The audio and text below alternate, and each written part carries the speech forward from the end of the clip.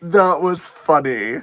Hi. So yeah, I got it to work. I don't know what happened with my computer. All of a sudden, it just wasn't working. My camera, I tested it out. It was weird. So let's do it here. I was almost gonna throw in the towel, but I was like, there's gotta be a solution here. I really want to do it. I was gonna move it to Facebook, and then I was like, no, let's give it one more go over here.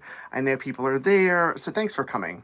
Like, I'd love to do more of these if y'all are down. Like, it's fun to be able to engage and chat with y'all like in real time.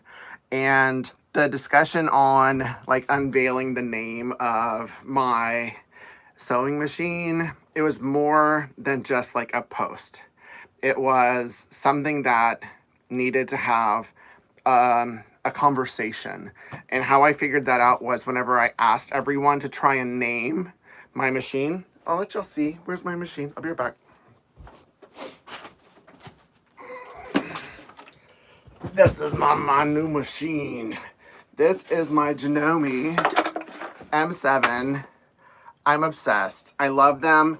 And I decided that I needed to make this an opportunity to discuss non-binary and what that meant. And so I chose for this machine to be a non-binary machine. A lot of people, there's glare on it, so I'm going to put it down. And when I asked people what the name should be, it was clear that we needed to chat, that a lot of people didn't quite understand it. And I'm going to tell you up front, I don't either. I know some stuff, and I'm learning, always evolving. And this is one thing that I've found out, and being a parent and like being in tune with kids, is kids will teach you so much if you pay attention. I am of the mindset as a parent that I am Helena's guide. For those that don't know, I have a 7.5-year-old daughter. I'm in an interracial queer marriage. We adopted Helena at birth, so she's been our child from the very beginning. But as her guide, I feel like she is to teach me. It's not so much me to tell her how to live, but through her unique experiences, I will learn so much about myself, learn so much about her, and will grow. Because I feel like the generation before mine, it was all about, you have to live the way that I want. I'm going to live vicariously through you because I wasn't able to accomplish certain things in my life. So I'm going to make sure that you're able to accomplish those things, and I'll do everything for you.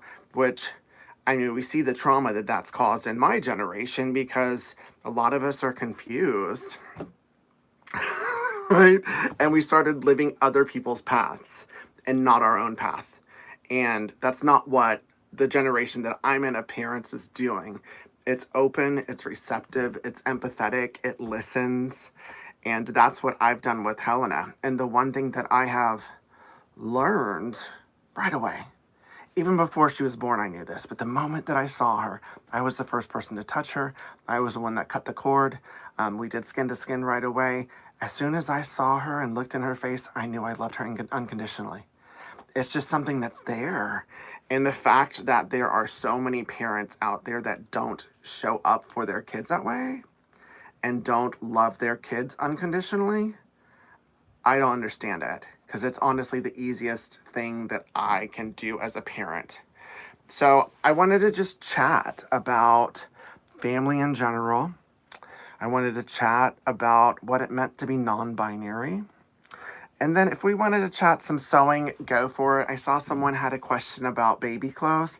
We'll see. I don't know where I'm going with Mr. Domestic. I have some plans, but I have a large plan, a 10-year plan where this is going to be a huge, like, business with teams managing different areas. So absolutely, I'll put it on the list of things to do. But right now, I'm going to be focusing on my online school, which is going to launch next year.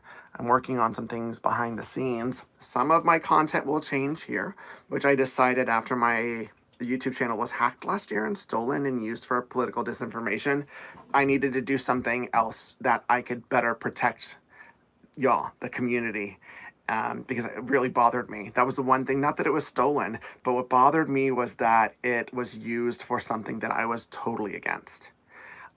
Fake news, like real fake news. That hurt my heart. So I've been working behind the scenes. Hopefully it will be like January 1st, probably February 1st.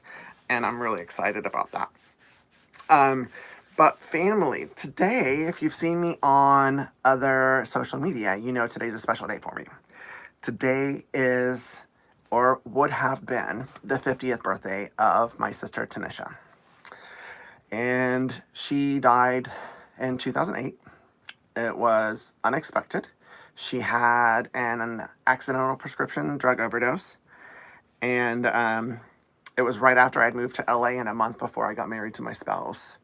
And she was the one that showed me unconditional love. She was the one out of all of my family that was there for me, that had my back. Even when she left the house and moved out, she was always there. Like, she made sure everyone knew that if they treated me wrong, she was going to be there and wag the finger and do whatever was necessary. And through her, I learned that. I've spoken openly about the fact that I was abused all of my childhood, all the different ways that you can think of by way too many adults than I should have been. And this was consistent with all of my family, the kids. And I've realized that the eldest two, they left as soon as possible and got out of Dodge. Tanisha didn't, and she and I were able to see them be abused.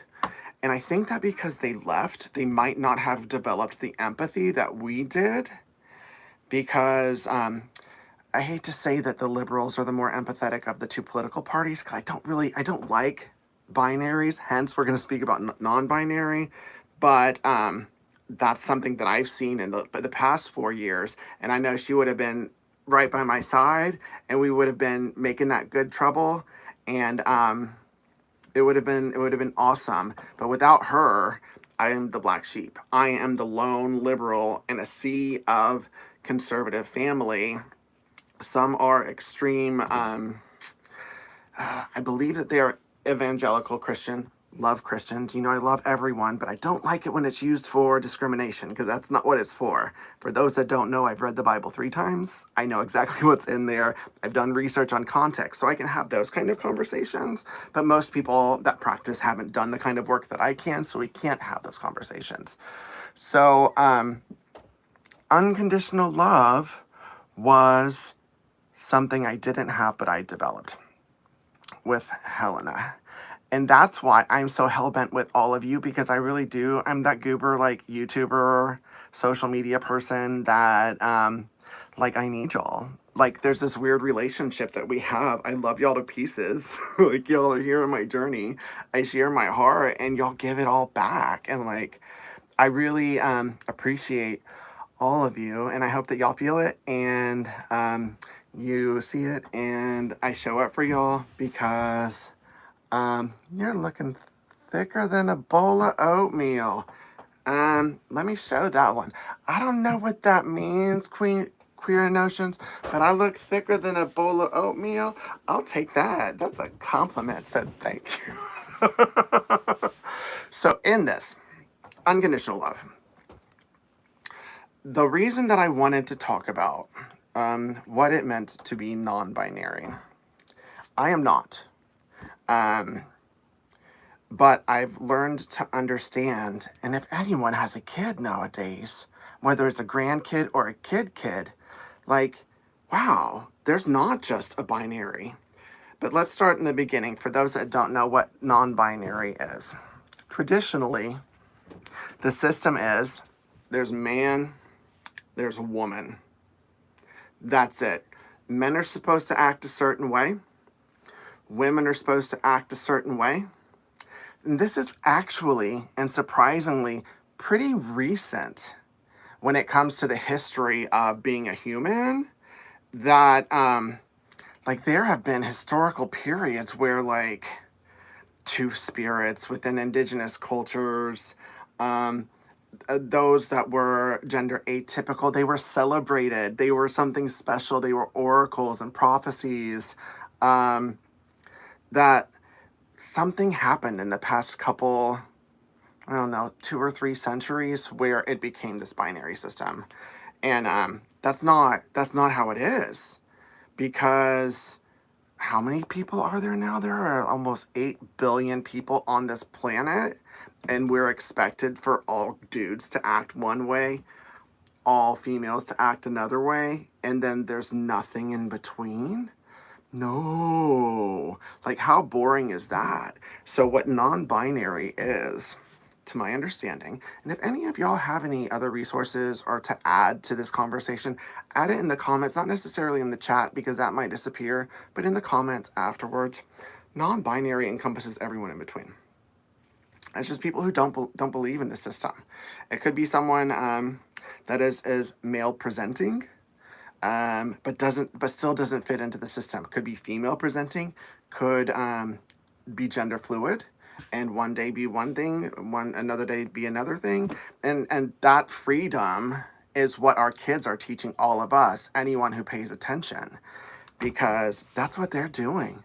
Like they have communicated there are multiple different genders, and gender is different than sex. Gender is the construct. Gender is what's been created to have that patriarchal, misogynistic system that pretty much every country works and develops under. That's BS. Honestly, if women ran the world, it would be so healthy and so awesome, and I know that with all my heart. But this non-binary system just gives people the freedom to be who they're going to be. And you see more kids and more parents allowing their kids to explore everything.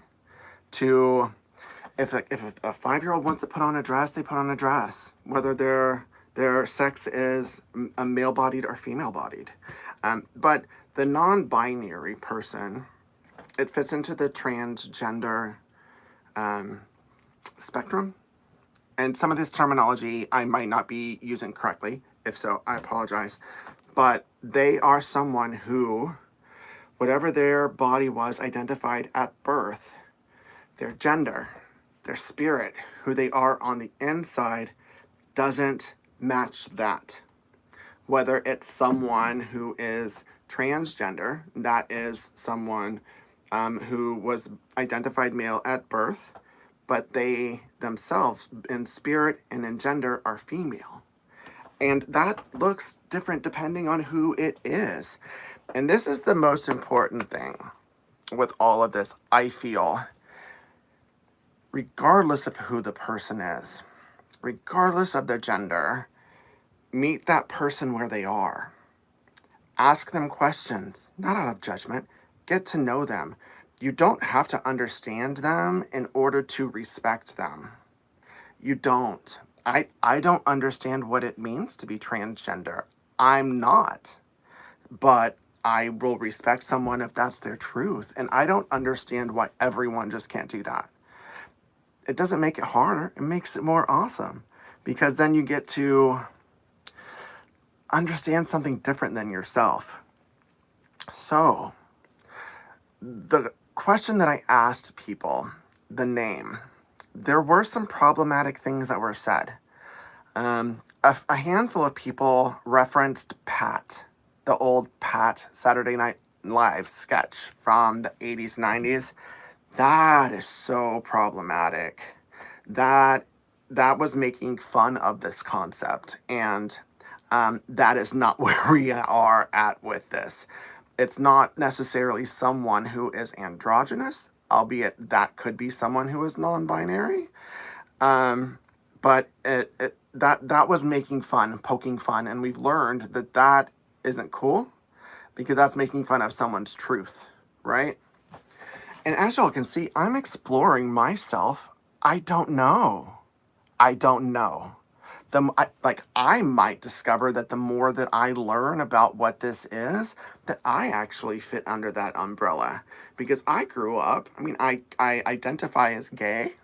The older I'm getting, I might I'm not quite confident that I want to fully identify as ace or asexual, but that actually might be my sexual orientation. That's totally different than gender. I don't know. I don't know. I need to learn more, and I'm going to learn more from the kids because they're who's teaching me. All my life I've wanted to wear nail polish. All my life. I didn't. And I started with my feet. So when I get a pedicure, I would do it. But but this being outward, no. It's like I was bullied my whole life. I don't want to invite that. But then it's like, why the heck not? Why can't I? I want to. So in deciding that I want to, I'm going to do this until I don't want to anymore. Even when I'm out and about, even in my professional day job, I'm going to do it.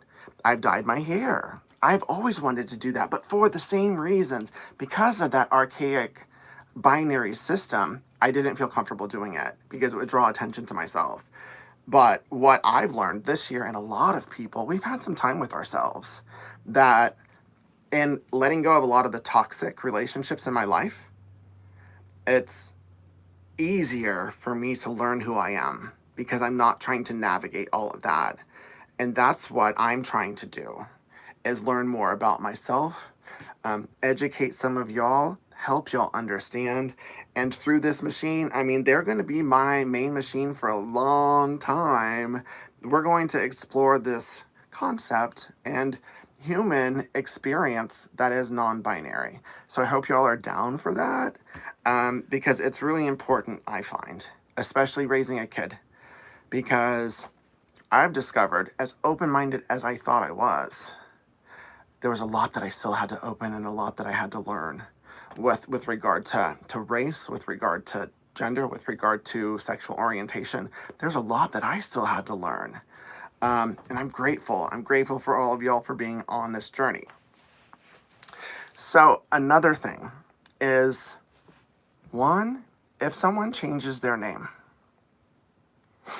transgender, or if someone who's non-binary then moves to a different name, you don't call them by their old name. That's called a dead name.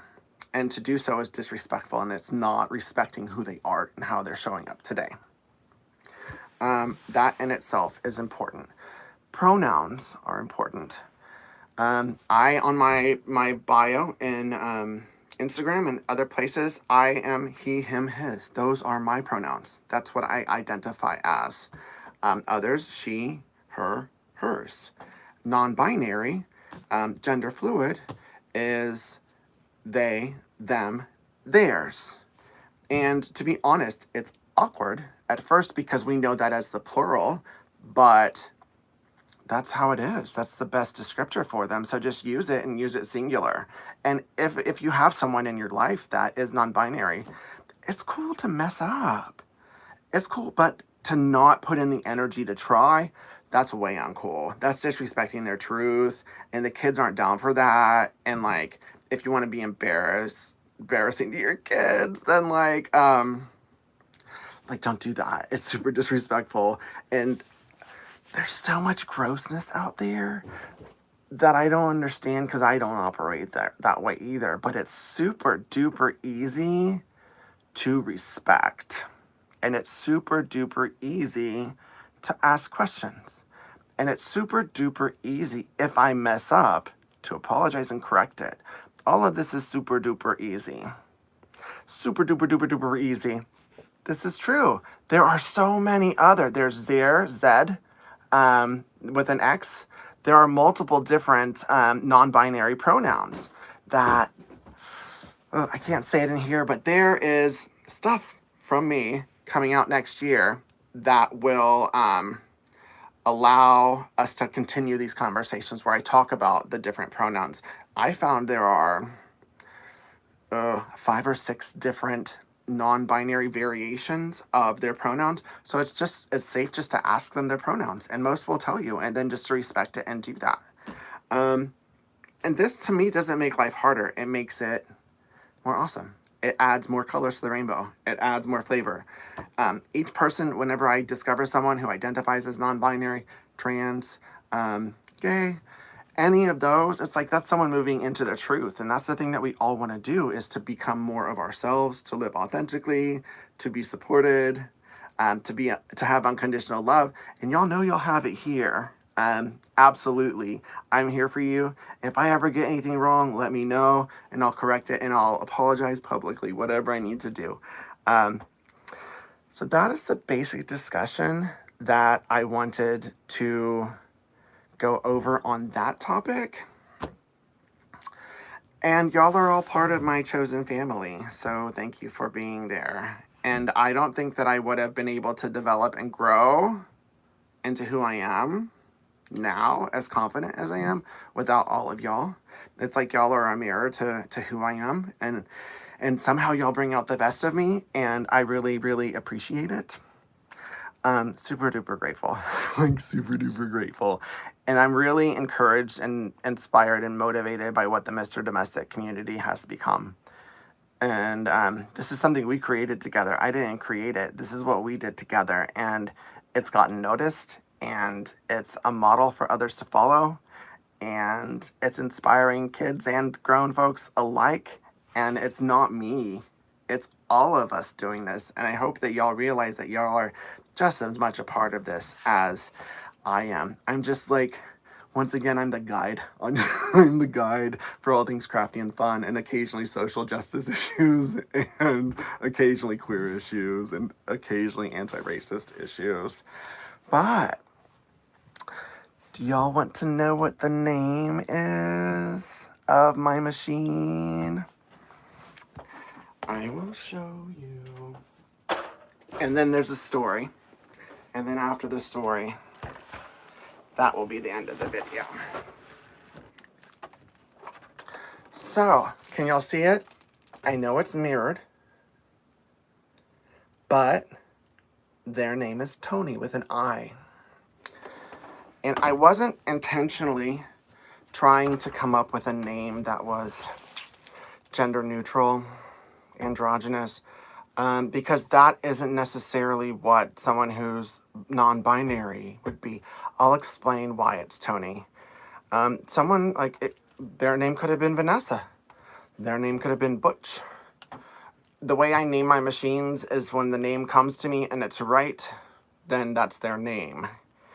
And with this one, and this is why it was really important for me to do this today. It is, as I said earlier, would have been the 50th birthday of my sister, Tanisha, who was that source of unconditional love for me. That showed me how to be a fierce advocate and fighter for those that need it, and also showed me how to have unconditional love. And in high school, Tanisha hated her name. I think it's the most beautiful name. The most beautiful. But I also adore her. She hated it. So she went by Tony with an I. And so this was my way to honor her, was to, I've gotten to a place in my grief with her passing that I'm able to celebrate her. And I don't want to run from the grief anymore. I just don't. Like, I've learned to go through it. Thank you. And,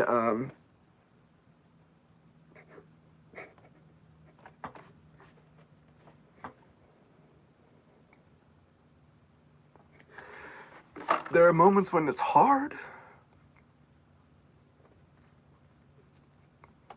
But I don't want to numb that, because if you numb one feeling, you numb them all. And I'm proud of her. And I'm proud of who I've become because of her. And so through this, it will be a constant reminder of how important she is. And how important she is to all of us. Because none of this would have been built without her. Because she is the wind at my sails even today. She was a living angel until she was 37, and now she's my guardian angel.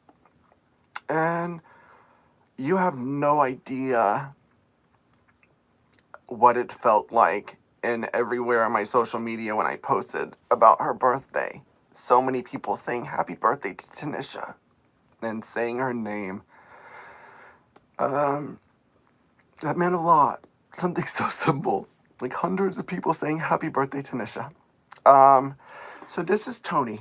So now, moving forward, whenever I speak about Tony, Tony's my non-binary Janome M7 that's a beast and a boss and is ready to take on this world of crafting and everything that comes with it. And that's why this was more than just a post. I needed to chat about it, to have a conversation.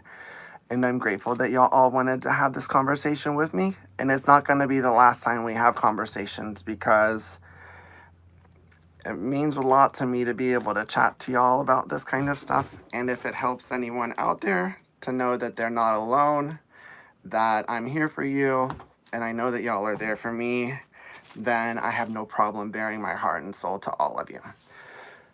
So,